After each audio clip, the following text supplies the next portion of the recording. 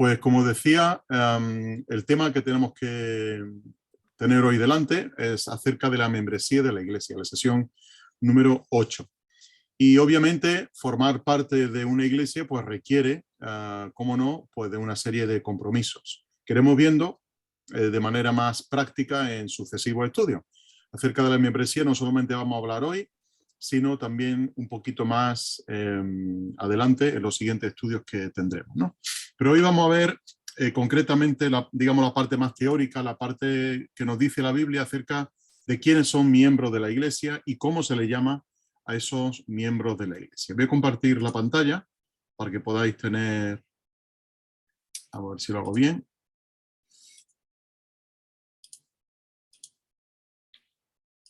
Vale. Vale, creo que ahí lo veis todo, ¿verdad? A ver, lo que es que yo no veo a vosotros y necesito veros aquí. Muy bien, pues como digo, este es el tema de la membresía. Y lo voy a centrar en un versículo principalmente, que se encuentra en Romanos 12:5. Dice Pablo, así también nosotros, siendo muchos, somos un solo cuerpo en Cristo, mas siendo cada uno por su parte miembros los unos de los otros, ¿no? Este versículo es de una importancia grandísima en el sentido de que vamos a sacar de ahí tres principios que en un momento os comentaré, tres principios que son interesantísimos para entender nuestra función dentro de la membresía de una iglesia local. Hemos sido llamados, como sabéis, a formar parte de la iglesia como organismo, ¿no? Como cuerpo de Cristo en particular, pero también eso no nos exime de nuestra responsabilidad personal. Es decir, no podemos diluirnos en la masa, ¿vale? Sino que la Biblia enfatiza la responsabilidad de cada uno dentro de este cuerpo. Por eso Pablo, en este versículo, dice que siendo muchos, somos un solo cuerpo, hay una pluralidad, pero hay también una individualidad, y luego enfatiza este aspecto de la individualidad, más siendo cada uno, por su parte, miembro lo uno del otro. Hay un principio que veremos ahora, que se llama el principio de la interdependencia. Pero vamos al repaso, que es lo que hacemos siempre, ¿no? Hacemos un pequeño repasito de la última sesión. Si recordáis, estuvimos viendo aquellas tres fuerzas en acción. Recordáis lo de la lavadora centrifugadora, ¿no? Y lo del sumidero del agua, del fregadero. Las dos fuerzas, la centrífuga y la centrípeta. Y luego estuvimos hablando de estas tres fuerzas, una a nivel vertical y dos a nivel horizontal interna y horizontal externa, ¿no? Y estas tres fuerzas nosotros las llamamos adoración, nutrición y misión, que vimos que operaban en equilibrio, es decir, no podemos enfatizar una más que la otra, porque sería un crecimiento desequilibrado, ¿no? Y por eso apuntábamos que estas tres tienen que operar en equilibrio, ¿no? Y operan en equilibrio para mantener ese crecimiento adecuado de la misma, ¿no? No podemos, por lo tanto, descuidar una en favor de la otra.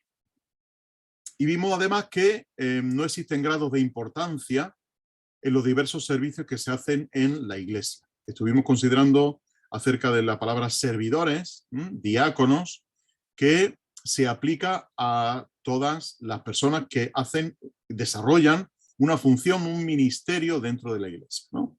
Y esa palabra ministerio, recordad que estuvimos diciendo que tiene que ver con el latín minus, ¿eh?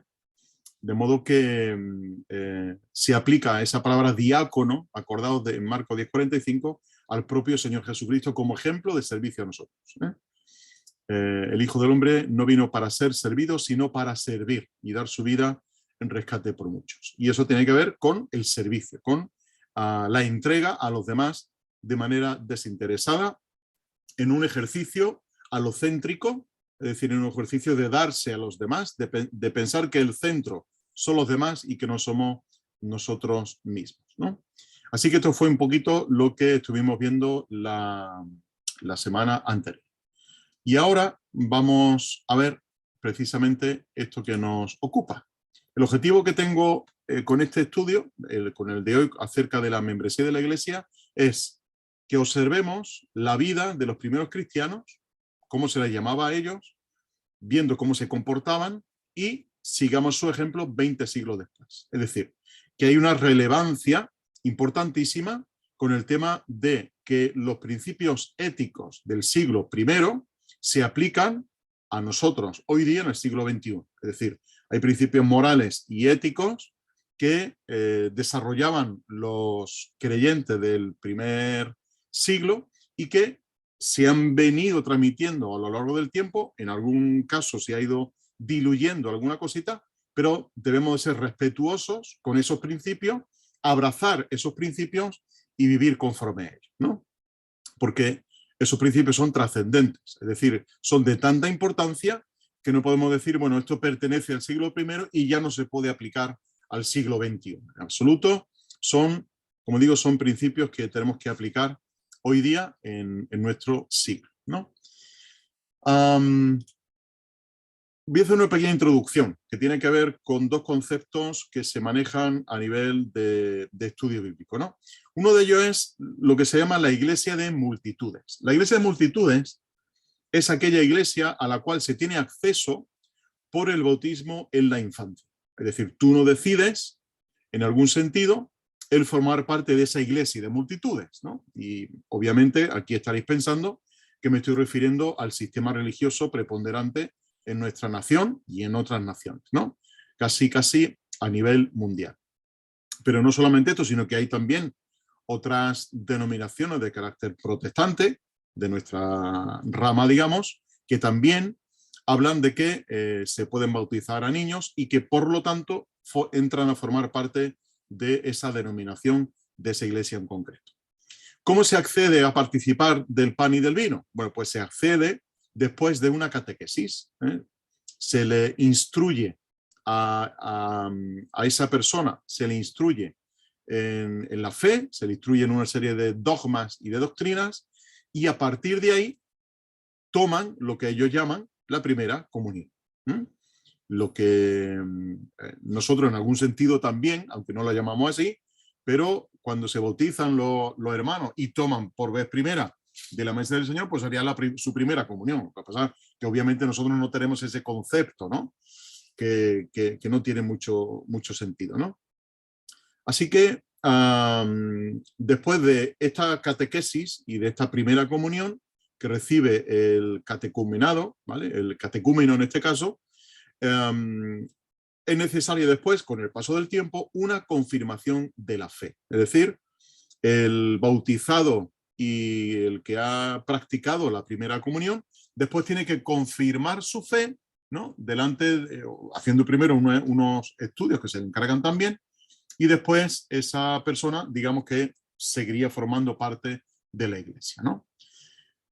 El otro concepto que tiene que ver con lo que se llama la iglesia de profesantes, fijaos la diferencia, que aquí no es un bautismo obligado o un bautismo que tú no has elegido, ¿no? Sino que de manera libre tú aceptas la gracia de Dios en Cristo, abrazas la fe en Cristo y con el paso del tiempo hay iglesias, por ejemplo, las iglesias de Cristo, tienen la mayoría la costumbre y otras más tienen esa costumbre de una persona se convierte, bautizarla inmediatamente, ¿no? Siguiendo en muchas ocasiones, obviamente, el patrón del Nuevo Testamento, ¿no? De una persona convertida, una persona bautizada.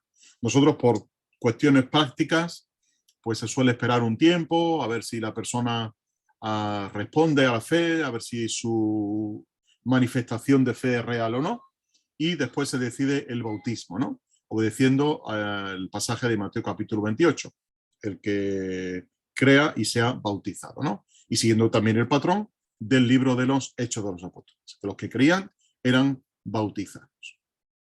Entonces, uno en la iglesia de profesantes acepta libremente la gracia de Dios en Cristo. El bautismo implica esa membresía dentro de la iglesia local, concretamente, y de la iglesia universal. y se participa del pan y el vino después del bautismo. Es decir, que fijaos la gran diferencia que hay entre lo que es una iglesia de multitudes y la iglesia de profesantes, ¿no? Una que se accede de manera involuntaria, porque tus padres por tradición te incluyen dentro de la iglesia, y la iglesia de profesantes, la inclusión se hace por medio de la libre aceptación de la gracia de Dios en Cristo. Otro concepto que yo me preguntaba, lo leí en un libro de Alfred Cohen, que él tiene varios libros acerca de la iglesia muy interesantes, y en ese libro él hacía esta pregunta: ¿es la iglesia una sociedad abierta o cerrada? Esto es una pregunta interesante, ¿no? Una sociedad abierta es aquella sociedad donde se piden el mínimo de condiciones para formar parte de ella. Por ejemplo, Linares es una sociedad abierta. Tú naces y el único requisito para que tú seas llamado linarense es que hayas nacido en Linares. No hay más requisitos, ¿no? Que tú en tu partida de nacimiento figure que has nacido en Linares. Ahora, cualquier persona de Bailén, de Baño de la Encina, de Jaén, de Madrid, de Bilbao, de París, de Moscú, de Australia, puede venir a Linares. Nadie le impide la entrada a Linares, ¿no? Es decir, no hay una condición para el extranjero para que forme parte de la sociedad linarense, aunque no haya nacido en Linares, ¿no? Eso sería una sociedad abierta. Por el contrario, una sociedad cerrada es aquella a la cual se accede voluntariamente y se acatan las exigencias de admisión. Es decir, tú quieres formar parte de un club y si quieres formar parte de ese club, como sociedad cerrada tienes que acatar las normas, un régimen que se llama un régimen de organización y funcionamiento de ese club en concreto, ¿no? Y aceptas las condiciones de la membresía. Aquí en Linares hay varios sitios. Yo cuando solo salgo a andar, hay un sitio llamado el Club 79, allí por los Eriazos de la Virgen, todos lo conoceréis, al final del paseo, y hay un cartel a la entrada que te dice: prohibido el paso a toda persona ajena a este club y que no enseñe la credencial. Tú tienes que tener tu credencial para poder acceder a ese club, ¿no? Y obviamente para tener esa credencial necesitas una serie de requisitos, ¿no? Entonces, eso sería una sociedad cerrada. Ese club, concretamente, es una sociedad cerrada dentro de una sociedad abierta como es Linares. Ahora, ¿la iglesia es una sociedad abierta o cerrada? Y aquí la pregunta no está en ninguno de los dos polos. La pregunta se sitúa más bien cerca del polo de una iglesia como sociedad cerrada. Y explico lo siguiente. El propio nombre de eclesía, de gente llamada afuera, ya implica que dentro de una sociedad abierta como es el mundo, la iglesia conforma una sociedad cerrada, porque de un grupo del cosmos, del mundo, Dios saca a unos pocos, ¿no? La iglesia como organización implica también que los miembros de esa iglesia son conocidos, ¿no? Y por lo tanto, al ser conocidos, todos nos conocemos en la iglesia y el que forme parte de la iglesia como organización sabemos quién es, ¿no? Es decir, hay una personalidad conocida. Todos nos conocemos como miembros y ahora veremos los nombres que se le dan a los miembros de la iglesia. Tiene también una estructura definida. Esto quiere decir que hay una organización interna de la iglesia, ¿no? Hay ancianos, hay obispos, hay diáconos, hay lo que hemos visto ya, los episcopos, los pastores, los maestros, los servidores, etcétera, etcétera. Entonces, al haber esa estructura definida, pues digamos que se convierte en una sociedad cerrada. Pero al mismo tiempo es una sociedad abierta. Ahí hay un error en la diapositiva al final. Es una sociedad abierta. ¿Por qué? Porque no se prohíbe el paso, el acceso a cualquier persona. Primera de Corintios 14, 23, Santiago capítulos, en 1 Corintios 14, Pablo dice que si, acordado aquel ejemplo, ¿no? Dice, si uno está hablando en lengua, el otro está profetizando, el otro está orando, y viene alguien de fuera, no dirán que, ¿veis? El hecho de que somos una sociedad abierta, ¿no? Viene alguien de fuera, no se le impide el paso a una persona no creyente. Cualquier inconverso puede pasar a la congregación y estar allí con nosotros y escuchar la palabra del Señor, ¿no? Y Santiago capítulo 2 también habla de aquel caso en el que viene un rico a la congregación y se le dice, siéntate tú delante, y viene el pobre y se le dice, tú quédate aquí detrás o siéntate aquí en el suelo, ¿no?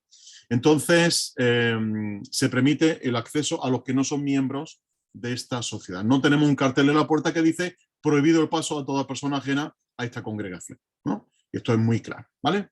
Por lo tanto, la Iglesia es una sociedad cerrada y en cierto sentido es una sociedad abierta. Esto que nos sirva un poco como introducción. Ahora, retomando lo que hemos visto en Romanos 12:5, volvemos a leer el versículo. Así también nosotros, siendo muchos, somos un solo cuerpo en Cristo, mas siendo cada uno por su parte miembros los unos de los otros. Tomando esto en cuenta, quiero extraer de aquí 3 principios. El primero de ellos tiene que ver con un principio de individualidad. Este principio de individualidad dice que cada creyente es habitado personalmente por el Espíritu Santo, es incorporado a la Iglesia como miembro y tiene una función propia. Es decir, que la Iglesia está formada por individuos, que no perdemos nuestra personalidad, que no perdemos nuestro carácter, que no nos lavan el cerebro para que todos pensemos igual. Sí es verdad que hay uniformidad, pero no hay mismidad, tal y como vimos en alguna de estas sesiones anteriores. Hay uniformidad, pero no hay mismidad. Por eso, en la Biblia se enfatiza muchas veces lo de cada uno. Pablo lo enfatiza ahí en Romanos 12:5, lo hemos visto, pero también en 1 Corintios 12:27, cuando dice que cada uno somos miembros. Es decir, tenemos nuestra personalidad, aportamos nuestra personalidad, en este sentido, a la Iglesia y no la perdemos.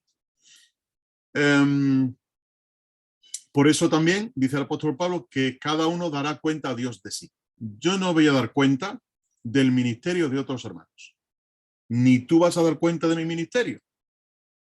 Cada uno dará cuenta a Dios de sí, de lo que haya hecho en el cuerpo, sea bueno o sea malo. Y ese principio de individualidad, fijaos que trasciende hasta incluso cuando estemos en el cielo. Que cada uno dará cuenta al Señor de lo que ha hecho. De modo que aquí hay un sentido de responsabilidad. Y este principio de individualidad nos hace pensar también que existe una autorrealización carismática. Carismática tiene que ver con dones espirituales, ¿no? No tiene que ver con otro concepto más de pentecostalismo, ¿no? Sino aquí carismático tiene que ver con los dones espirituales. Y aquí tomo una frase de la Cueva que me pareció muy interesante.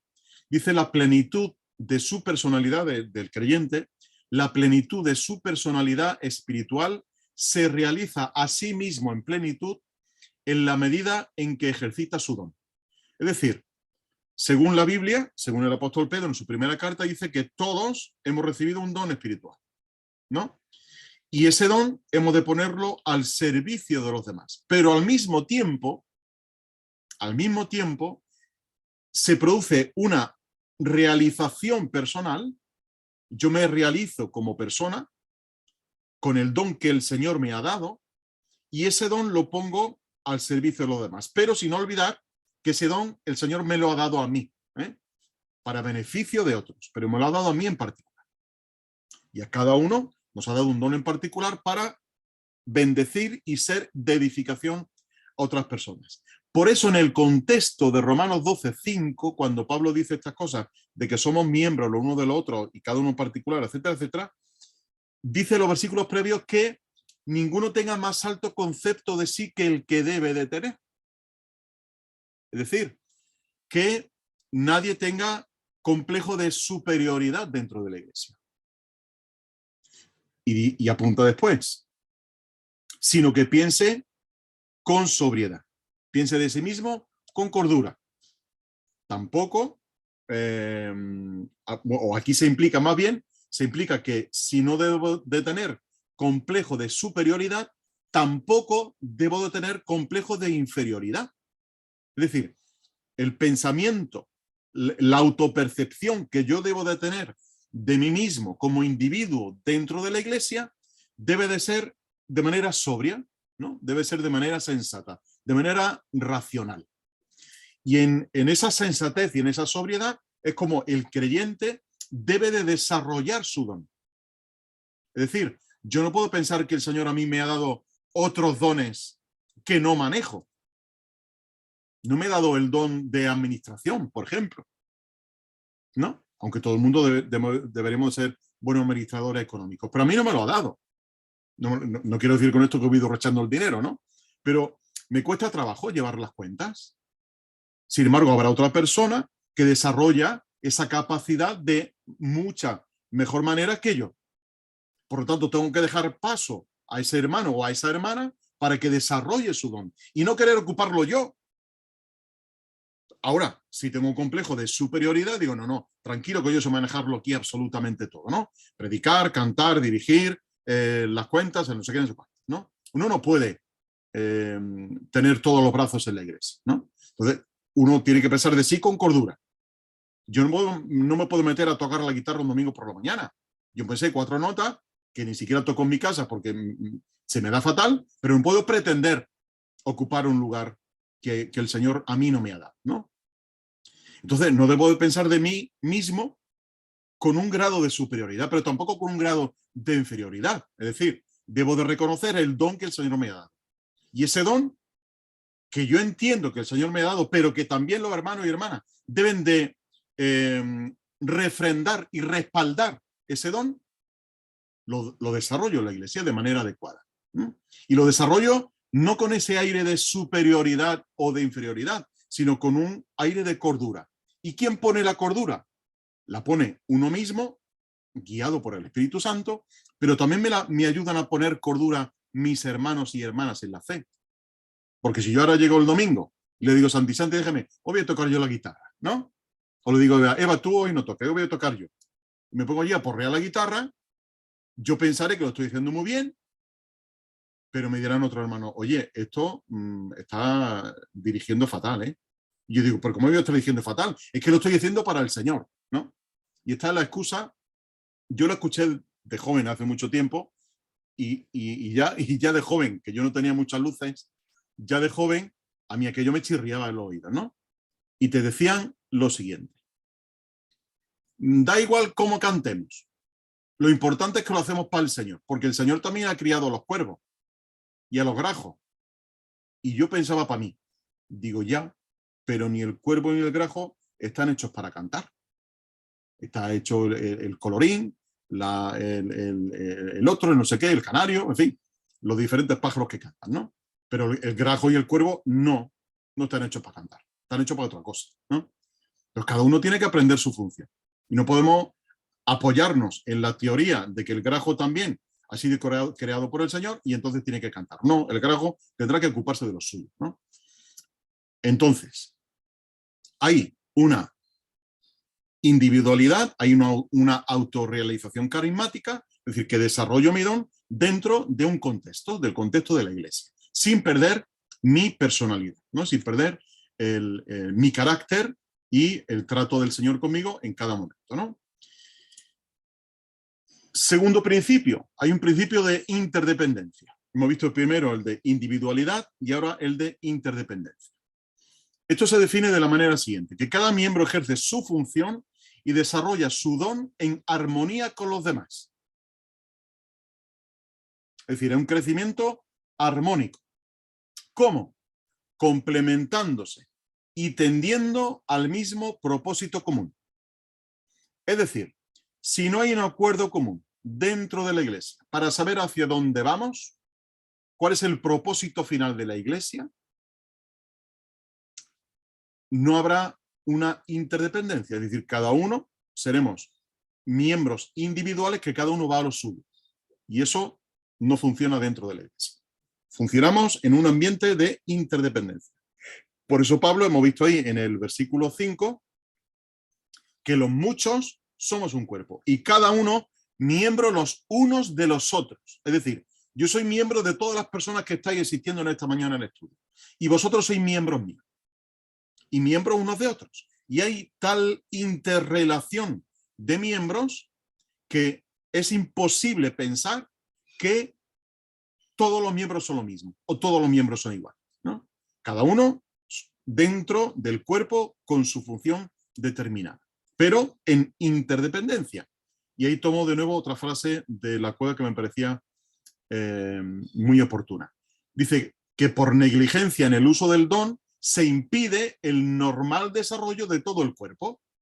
Queda enclenque o deforme, ya que su crecimiento depende de la acción concertada de todos los miembros que lo componen.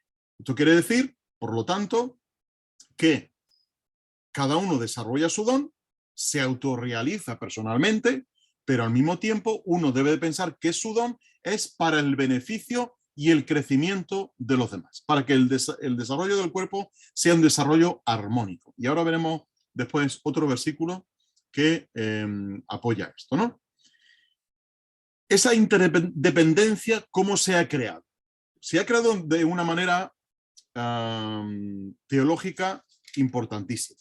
Fijaos en Romanos 6, versículo 4 al 7, dice Pablo, por tanto, fuimos sepultados juntamente con él.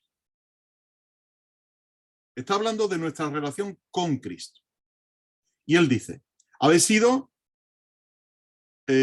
sepultados juntamente con él. Es decir, cosepultados. En griego es solamente una palabra, ¿no? Cosepultados. Luego dice que hemos sido coplantados con Cristo. Después nos dice que hemos sido cocrucificados con Cristo. Después nos dice que hemos sido corresucitados con Cristo. Fijaos que la salvación que se ha operado dentro de nosotros tiene que ver con Cristo. Es decir, no va aparte de Cristo. Cristo es fundamental en eso. Es decir, tú eres resucitado porque Cristo ha resucitado. Tú eres crucificado porque Cristo ha sido crucificado. Con Cristo estoy, dice Pablo, juntamente crucificado y ya no vivo yo, ¿no? Y esa es la palabra que Pablo usa ahí. Co-crucificado, co-resucitado, coplantado, co-sepultado, ¿no? Entonces, esto tiene una implicación y una responsabilidad teológica importantísima porque hay una identificación con Cristo plena, ¿no? Y luego Efesios 2, 5 y 6 nos habla de que tenemos vida juntamente con Cristo y estamos sentados juntamente con Cristo en los celestiales, ¿no? Estaríamos, por tanto, co-vivificados y co-sentados. Y como esto se aplica a todo creyente dentro de la iglesia, significa que si yo de manera individual estoy sepultado con Cristo, plantado con Cristo, crucificado, resucitado, vivificado y sentado, tú también lo estás, si eres creyente.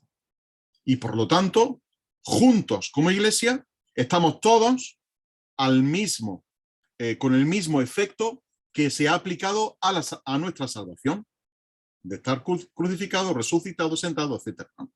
Entonces, esto nos crea esa interdependencia, ¿no? Dependemos unos de los otros. Y el tercer principio que aparece ahí, en Romanos 12:5, es lo que se llama un principio de indivisibilidad. Esto significa que no nos podemos dividir.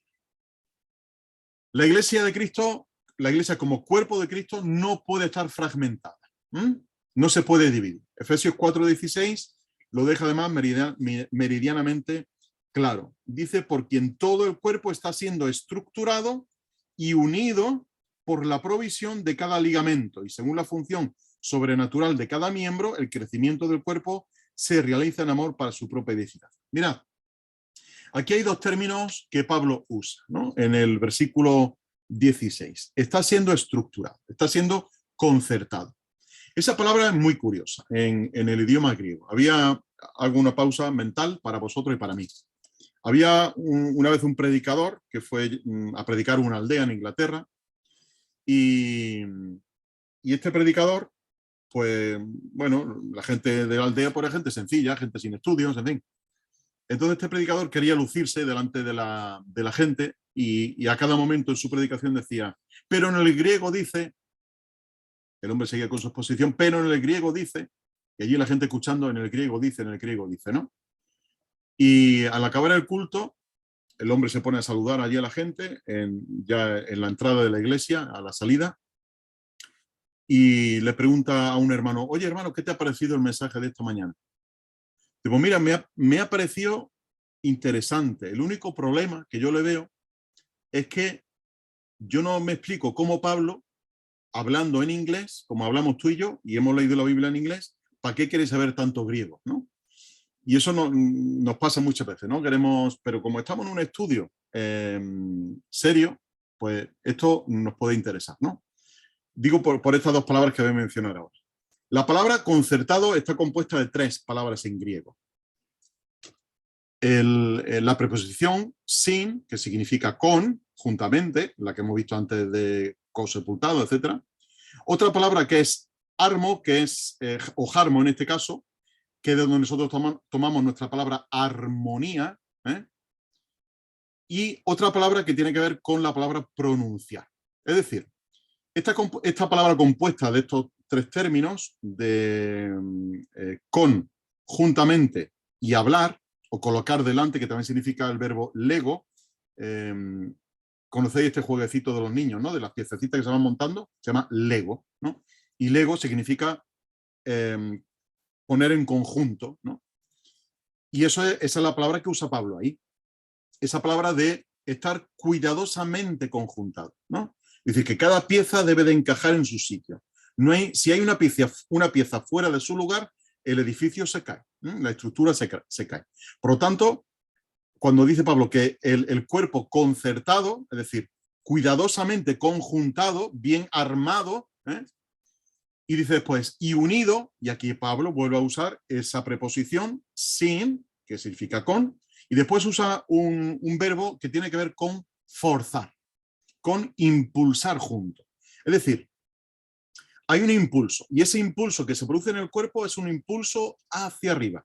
Igual que las neuronas generan impulsos eléctricos de unas a otras, en el cuerpo de Cristo el impulso va como un engarzamiento hacia arriba, ¿eh? Es decir, que hay el estar unidos unos a otros, pero ese hecho de estar unidos viene desde arriba, viene desde la cabeza, ¿no? Y esto es sumamente interesante al considerar cómo crece el cuerpo de Cristo, ¿no? Que crece con el impulso de la cabeza. Por lo tanto, decimos que es un principio de indivisibilidad porque el cuerpo está unido a la cabeza, sin la cual el cuerpo no puede ser gobernado, ¿no? Por eso Pablo, en Colosenses 2:10, nos habla de que Cristo no solamente es la cabeza de la iglesia, sino que además es lo que se llama la cabeza de todo principado y potestad, una cabeza cósmica, ¿eh? La cabeza cósmica significa que es el jefe soberano y que es el señor propietario de la iglesia, ¿eh? Así que estos son conceptos, como veis, profundos, pero que debemos de conocer y debemos de manejar para entender nuestra posición dentro de la iglesia, ¿no? Bien, ahora quiero mostraros los diferentes nombres que se le dan a los creyentes a lo largo del Nuevo Testamento. Y hay nombres que son muy interesantes. El primero de ellos es creyentes, claro. Por eso entre nosotros nos llamamos creyentes, son los que creen. Juan 1:12, a todo el que cree le dio potestad de ser hecho hijo de Dios, ¿no? Hechos 2:44, a los que creían y eran bautizados, el Señor iba añadiendo a la iglesia a los que creían y eran bautizados, ¿no? Etcétera, etcétera. Estos versículos que ya conocemos. El segundo nombre que se le da es el nombre de discípulo.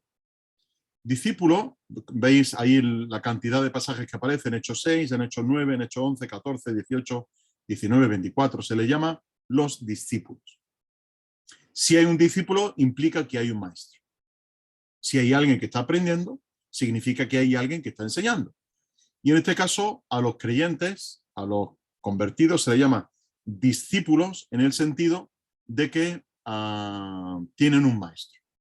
Tienen un maestro del que aprender y al que seguir. Acordaos de lo que vimos la anterior sesión, que tiene que ver con aquella escuela peripatética, es decir, la de Aristóteles, que iban, mientras andaban, iban aprendiendo, ¿no? Jesús hizo básicamente igual, mientras él iba por el camino, iba enseñando a la gente, ¿no?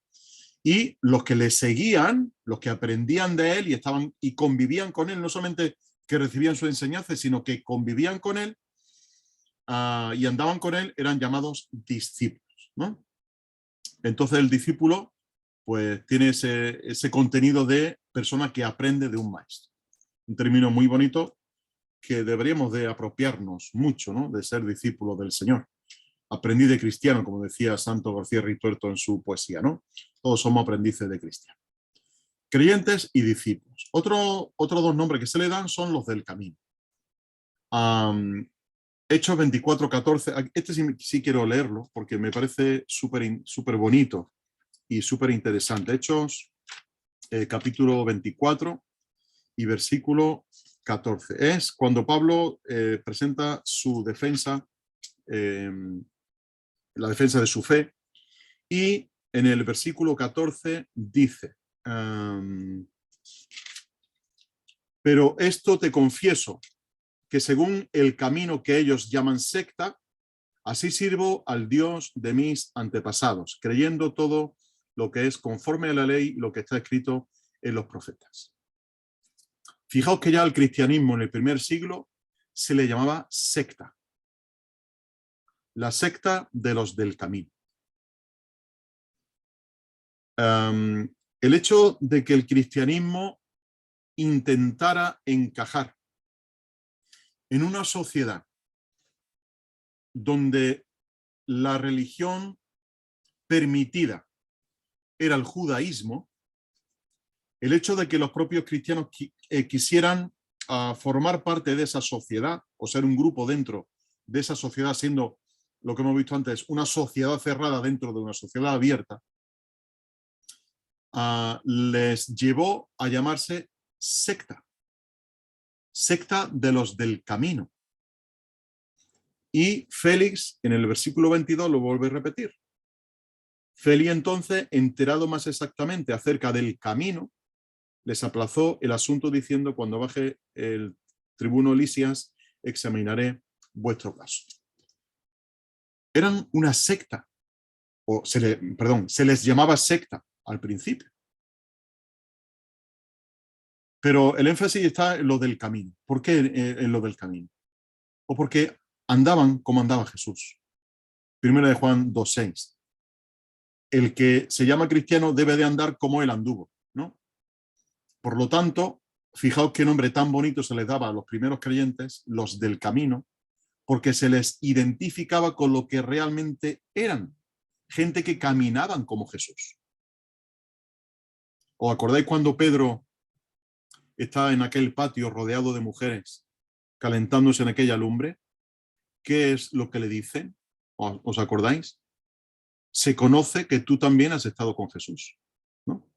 Por su manera de hablar, por su manera de comportarse. Se conoce que tú también has estado con... Y luego él negó, todos sabemos, ¿no? Pero qué bonito que se nos llamara a nosotros, estos son los del camino, ¿eh? Qué cosa tan bonita. Porque andan como Jesús, viven como Jesús, hablan como Jesús, se comportan como Jesús. Qué cosa tan bonita sería esta, ¿no?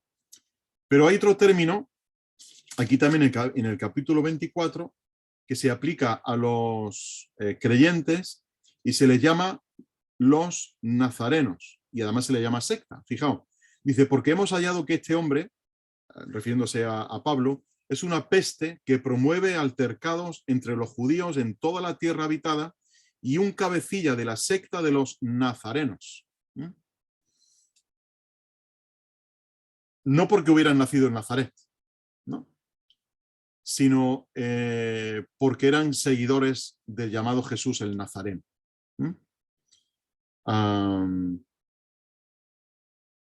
Y este es el término pues, que se aplicaba o se le llamaba a los creyentes también en el primer siglo.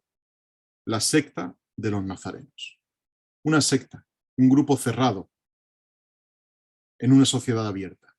Y un grupo al que no se toleraba en una sociedad, como digo, con una religión permitida como era el judaísmo, ¿no? Luego aparte todo el paganismo que había en Roma, etcétera, etcétera, en Jerusalén, todo lo que allí, toda la extensión, todos los brazos que Roma estaba alcanzando, ¿no? Entonces, en este sentido, los creyentes eran gente aparte, ¿no? ¿Cómo sería su comportamiento y cómo sería su manera de vivir?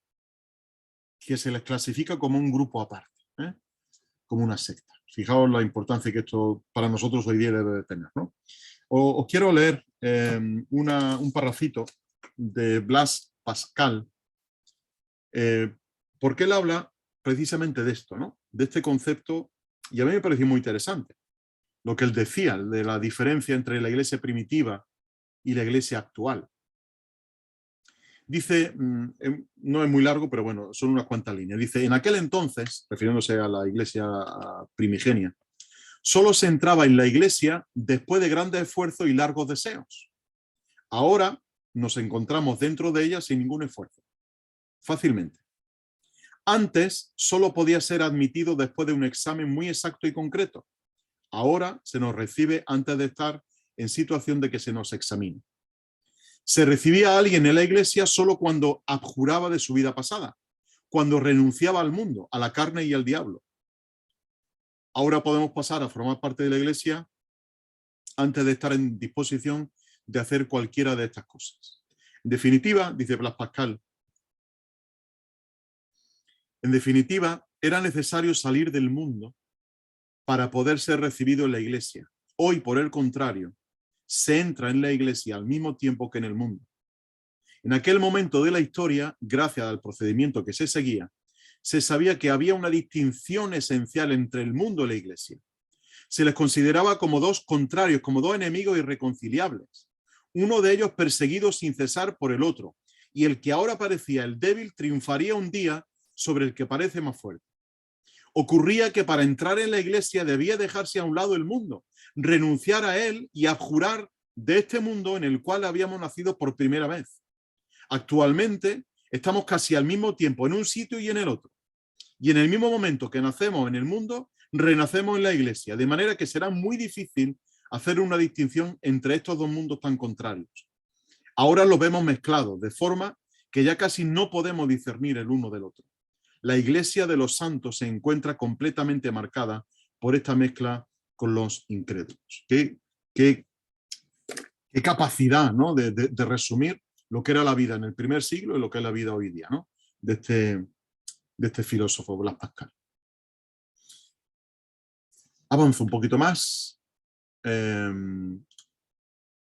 Otro nombre que se le llama santos y se le llama amados. Ahora, con el tema de santos. Cuando Pablo le escribe a los corintios, les llama santos, les llama apartados. Ya sabéis que la palabra santo tiene esa connotación de ser apartado con un propósito. En este caso, con un propósito santo, de ser apartados para Dios, ¿no? Y Pablo llama a la iglesia de Corinto, lo llama santos. Y cuando uno echa un vistazo a la primera carta a los corintios, ¿qué lee en esa iglesia? ¿Qué había? Capítulo 1, divisiones. He oído de parte de los de Cloé que hay división entre vosotros, que uno dice que de Pablo, el otro de Apolo, el otro de Cefas, el otro de Cristo, el otro no sé qué, ¿no? Capítulo 5. Uno que mantenía relaciones con su madrastra. Capítulo 7. El que no quiere dar a su hija en casamiento. Capítulo 13, capítulo 12, capítulo 11. Desorden en la mesa del Señor. Capítulo 14. Desórdenes en el culto. Capítulo 15. Gente que decía que Jesucristo no había resucitado. Y así uno se da una vuelta por las cartas que Pablo escribe y hoy día yo no sé si a la mitad de la iglesia de Corinto lo hubiéramos echado a la calle. Nosotros, ¿no? Pero Pablo los llama santos. Y los llama santificados en Cristo Jesús. ¿Era su comportamiento ejemplar? En absoluto, no lo era. Pero eran santos. Ahora, esto no quiere decir que cualquiera que se llamara santo era santo. Os quiero llamar la atención sobre un hecho que a mí me desconcierta un poquito, ¿no? Y está en Hechos capítulo 8. Simón el Mago. Todos conocemos la historia de Simón el Mago, ¿verdad? Simón el Mago resulta que se entera del poder que tiene el apóstol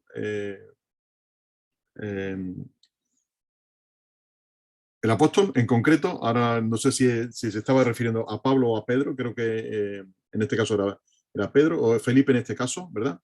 Y resulta que se entera de los milagros que está haciendo Felipe, y él quiere tener lo mismo, que quiere heredar esa capacidad, ¿no? de hacer milagros. Pensamos que Simón venía de un trasfondo de ser un mago, de hacer ciertas artes, ¿no? De prestidigitación, ¿no? Y de hacer cosas casi milagrosas, pero se da cuenta de que lo que está haciendo Felipe sí es milagroso de verdad, y él quiere aquello. Pero resulta que la Biblia dice que Simón el mago se convirtió y que hasta incluso se bautizó y que creyó, ¿no? Pero ¿qué ocurre? Que cuando quiere comprar el don de Dios por dinero, le dice Pedro: arrepiéntete pues de esta tu maldad y ruega al Señor si quizá te será perdonado el pensamiento de tu corazón, porque veo que estás en hiel de amargura y en atadura de maldad. ¿No? Fijaos que Pedro en algún sentido está cuestionando si ese hombre se ha convertido o no, a pesar de que unos versículos antes nos dice que fue bautizado. Esto quiere decir que dentro de la iglesia vamos a encontrar gente profesante, pero que al final tendremos que decir: conoce el Señor a los que son suyos, ¿no? Y somos llamados por el Señor a dejar crecer el trigo junto con la cizaña, ¿no? Y que nosotros no nos ocupemos de cortar la cizaña, que ya llegará el momento, ¿no? Que ya se ocupará el Señor de hacer la siga en su momento. Por lo tanto, ¿esto nos exime de llevar una vida de santidad? No. Esto, al contrario, nos empuja a vivir cada vez en más profundidad de santidad, a vivir en un proceso continuo de santificación y no olvidar esto, ¿no? Y se le llama amado, que es un término más común que los apóstoles usan para referirse a ellos en las diferentes cartas, ¿no? Y por último, se le llama cristianos y se les llama hermanos. La primera que se le llama cristianos, todos lo conocéis, aparece en Hechos capítulo 11 y versículo 26, dice que fueron llamados por primera vez cristianos en Antioquía. ¿Y por qué en Antioquía? ¿Por qué no se le llamó cristiano en Jerusalén? O en Israel, en las diferentes provincias de Israel. ¿Por qué tuvo que ser en Antioquía?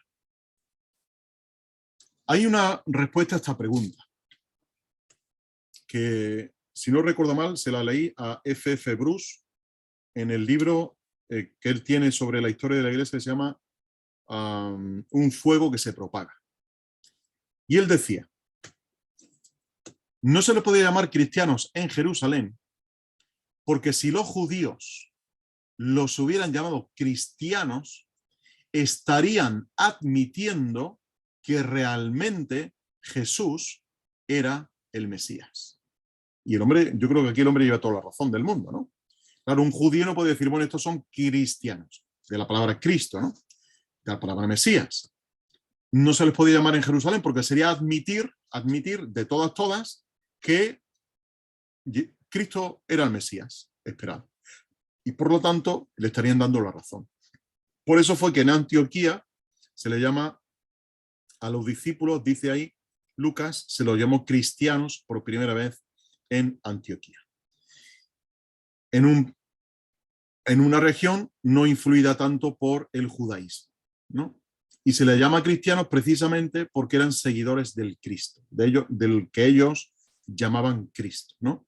Y imitaban muy bien a Cristo y seguían muy bien las enseñanzas de Cristo, ¿no? Así que fijaos la importancia que esto también tiene. Luego Pedro lo menciona en 1 Pedro 4:16, que dice: si alguno padece por ser cristiano, no se avergüence por ello, ¿no? Y el último término, y con esto acabamos, es el nombre de hermanos. Este es el que nos gusta a nosotros, ¿no? La iglesia de los hermanos. Los hermanos. Ya sabéis que a la iglesia de los hermanos no se le llama con otro nombre, pues porque ellos decían que ellos no tenían una denominación, no eran anglicanos, no eran episcopales, no eran de esto, no eran del otro, eran hermanos. Y de ahí se vino derivando el término hasta formar lo que se llama las asambleas de hermanos. Y el término más sencillo y más bíblico que existe, ¿no? No se nos llama pentecostales, no se nos llama carismáticos, no se nos llama hermanos. Y para mí un término precioso, ¿no? A pesar de que nosotros luego llamemos al resto de creyentes de otras denominaciones, también lo llamemos hermanos, ¿no? Entonces, este término de hermano era el que los propios discípulos, los propios creyentes usaban para sí mismos, ¿no? En 9:30, por ejemplo, del libro de los Hechos, se dice que y cuando lo supieron los hermanos, lo bajaron a Cesarea y lo enviaron a Tarso, refiriéndose a Saulo, ¿no? Entonces, es un término bonito, es un término que ya los propios judíos estaban acostumbrados a llamarse entre sí, a llamarse hermanos, porque formaban parte de la misma nación de Israel, y entre ellos se llaman hermanos, ¿no?